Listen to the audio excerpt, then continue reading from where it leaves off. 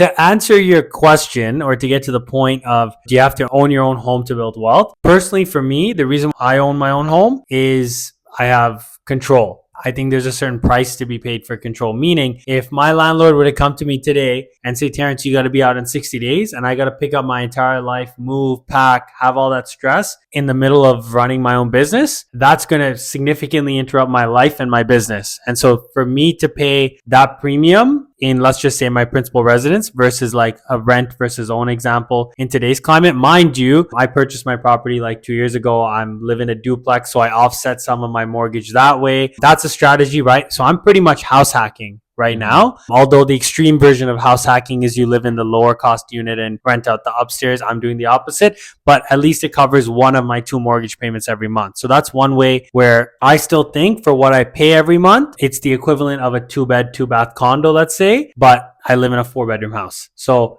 I feel like that's a good trade-off for me to have control over my property. And I need to be living in the location where I do my work, right? Be close to work, all relates to convenience, and I'm willing to pay that premium. But if I was to have to restart in today's climate where interest rates are 5% and rents are much cheaper than a mortgage payment, of course, renting my own principal residence, if it costed that significant premium, I would highly reconsider owning versus renting. Every situation is different, right? Like if I'm a single person and I'm living in a condo, I would evaluate that scenario compared to, like, let's say a residential property, detached home in the suburbs, right? Yeah. So I think it's a case by case basis. And again, what are you willing to pay in order to have that control, right?